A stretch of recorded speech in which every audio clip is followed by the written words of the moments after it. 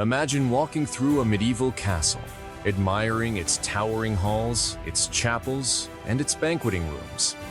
You marvel at the beauty of stained glass, the flickering torches, the echoes of footsteps across stone. But what if I told you that beneath those polished corridors, hidden behind wooden panels and under trapdoors, were chambers designed for unspeakable cruelty? That the very walls which hosted feasts and prayers also concealed screams that no one was ever meant to hear? Ordinary doors open not to studies or storerooms, but to the tools of torment, each one perfected for silence, secrecy, and pain. And the most terrifying truth of all these chambers weren't always underground. Many were hidden in plain sight, disguised as everyday rooms, cloaked by lies, and known only to a chosen few. This is the chilling story of how medieval torture chambers were hidden in plain sight. In medieval Europe, castles were more than fortresses, they were machines of power. Every stone, every chamber, every corridor served a purpose, whether symbolic, practical, or sinister. While the grand halls and chapels displayed the wealth and piety of a ruler, there were always corners of these strongholds reserved for darker necessities. Justice in the Middle Ages was not merely about punishment. It was about spectacle, fear, and control. And so, torture became a carefully managed ritual, carried out in spaces that were often far closer than most people realized.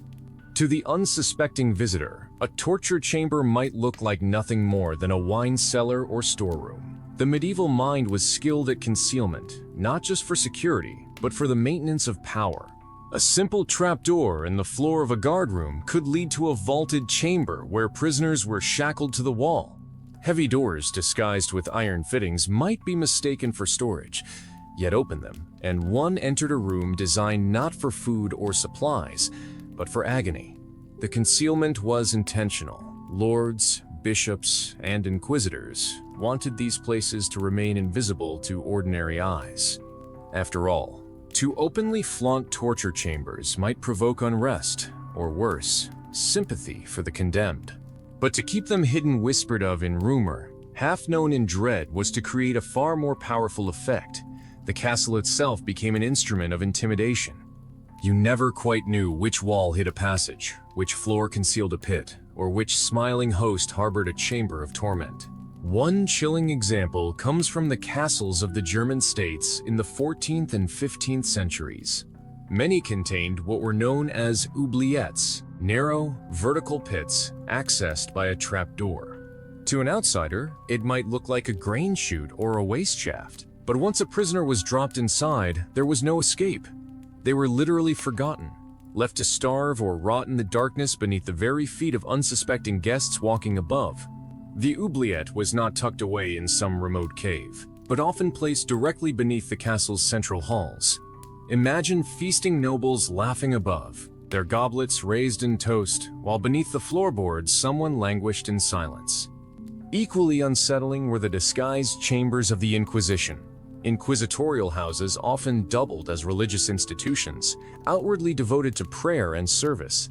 Yet behind the altar or beneath the cloisters, secret rooms held devices like the rack, the strappado, or the iron chair.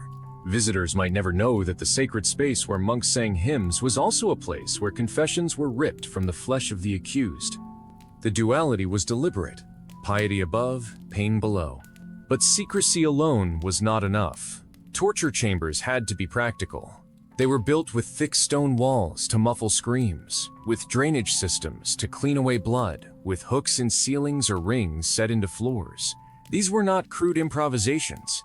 They were engineered spaces, carefully designed to serve the machinery of authority.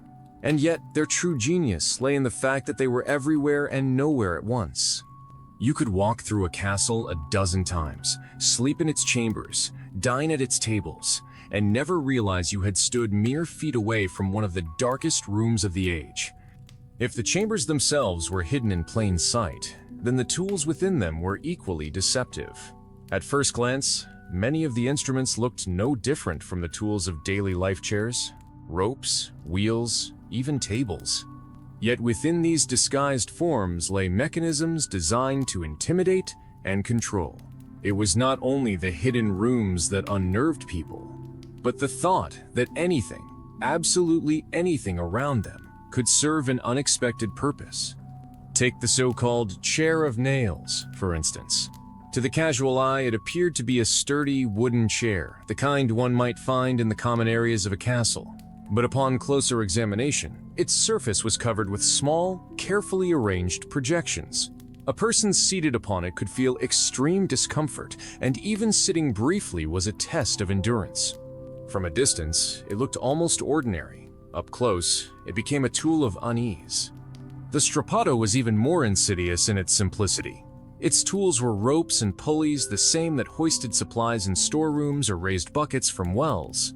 But here, their use was far more restrictive. A person's arms could be positioned in ways that created tension and strain. To an outsider, the mechanism could pass as a simple lifting device. To the person affected, it created intense discomfort and fatigue. Perhaps no device has gained such infamy as the rack. It was a long wooden frame with rollers at either end, so simple it could be mistaken for a craftsman's tool or a carpenter's bench. Once someone was positioned within it, the design applied strong tension, stretching the body in challenging ways. Even when not in use, the rack was an imposing presence, enough to unsettle those who merely glimpsed it. Other instruments were disguised in subtler ways. The Spanish boot looked like a pair of ordinary wooden boards clamped around the legs, yet the construction allowed it to create pressure that caused considerable discomfort. To a passerby, it resembled carpentry equipment. To the person using it, it was an uncomfortable and controlled experience. Then there were devices that relied not on physical strain, but on alertness and endurance. The heretic's fork, for instance, was a simple metal rod, positioned to keep the head upright.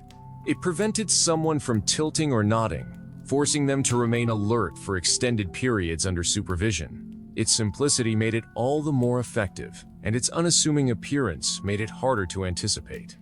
What made these tools so insidious was how seamlessly they blended into daily life. Ropes, chairs, boards, and benches, things that seemed harmless, were adapted into instruments of control. This was intentional. The designers of these chambers understood that secrecy was not enough. The ultimate effect came from uncertainty. If one could no longer trust the ordinary, then caution and vigilance seeped into every corner of daily existence. Imagine being led down a castle corridor, past storerooms, workshops, and chapels. At any moment, the door beside you might open, revealing not flour barrels or prayer books, but the implements of your destruction. Even the air itself seemed to whisper suspicion. Was that pulley above you meant for lifting grain, or for tearing a man's shoulders apart? And yet, the most terrifying aspect of these tools was not the pain they inflicted, but the silence that cloaked them. Thick stone walls absorbed screams. Trapdoors concealed the descent of prisoners, and guards were sworn into secrecy. To the outside world, life went on undisturbed. The bells of the church still rang, the market still bustled, children still played in the castle courtyard. But beneath or behind those walls, suffering unfolded without witness.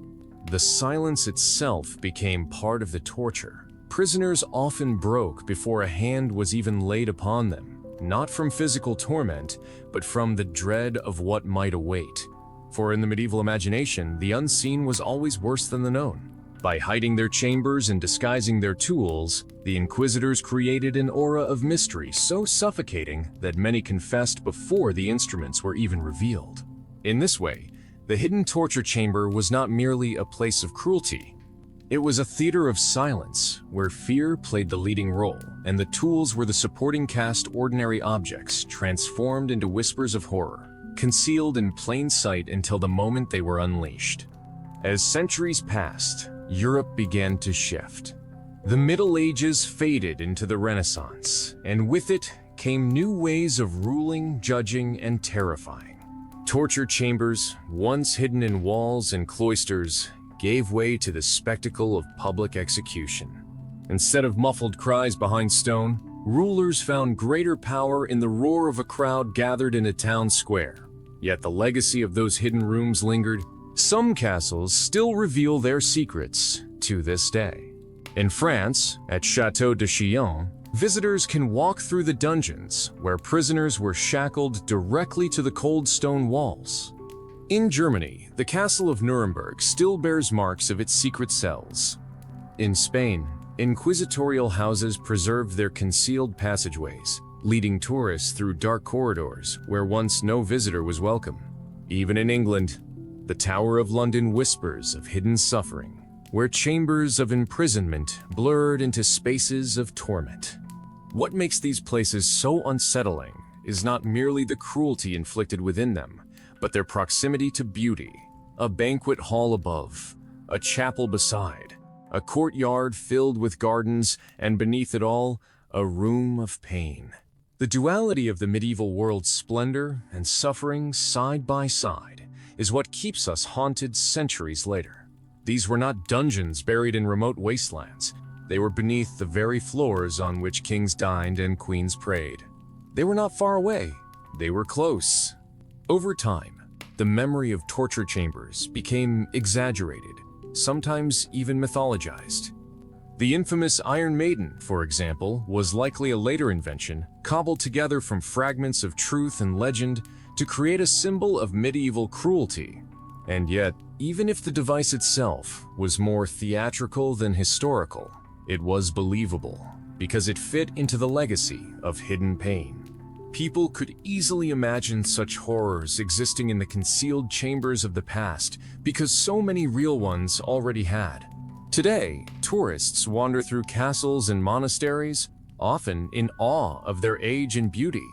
But when they descend into the lower chambers, when they glimpse the oubliettes, the racks, the chains rusted into stone, something shifts. The atmosphere changes. The laughter of the modern world is muffled by the same walls that once muted screams. Visitors speak in hushed tones, as if unwilling to disturb the memory of what lingered there. History becomes tangible, not in dates or names, but in the chilling realization that these rooms were once alive with suffering. But perhaps the greatest legacy of these chambers is not in the stone walls that survive, but in the lesson they teach. Power often hides its cruelty. It cloaks it in sanctity, masks it in authority, and disguises it in the ordinary. The medieval torture chamber was not a place of chaos, but of order, systematic, hidden, controlled. It was not born of madness, but of deliberate design. And that is what makes it so haunting. Even in our modern world, the echoes of these hidden rooms remain. We may no longer find oubliettes beneath dining halls, but secrecy and cruelty still walk hand in hand. Governments still operate in shadows. Prisons still conceal abuses. Pain is still inflicted in silence, far from the eyes of the public. The medieval chamber is not just a relic, it is a mirror. The phrase, "hidden in plain sight," is as relevant today as it was in the Middle Ages. Then, it was the door disguised as a storeroom, the trapdoor beneath the hall, the rope that doubled as a tool of torment. Now it may be institutions, buildings, or systems that appear ordinary but conceal suffering. The lesson is clear. Cruelty does not always announce itself with horns and fire. More often, it wears a mask. And so, when you next walk the halls of an ancient castle, pause for a moment. Look at the walls, the floors, the ordinary furniture. Ask yourself what might once have been hidden there. The stones remember, even when people forget. For behind every wall, behind every locked door, lies the possibility of a history concealed. And the medieval torture chamber is a chilling reminder of just how close darkness can live to the light. If this dark journey through medieval castles has unsettled you, then remember history is not just about kings and battles, but about the silences hidden behind stone walls. If you want to uncover more of these secrets, the forgotten stories, and the shadows of the past, make sure to subscribe and join me for the next tale. Because the past has many doors, and not all of them lead to light.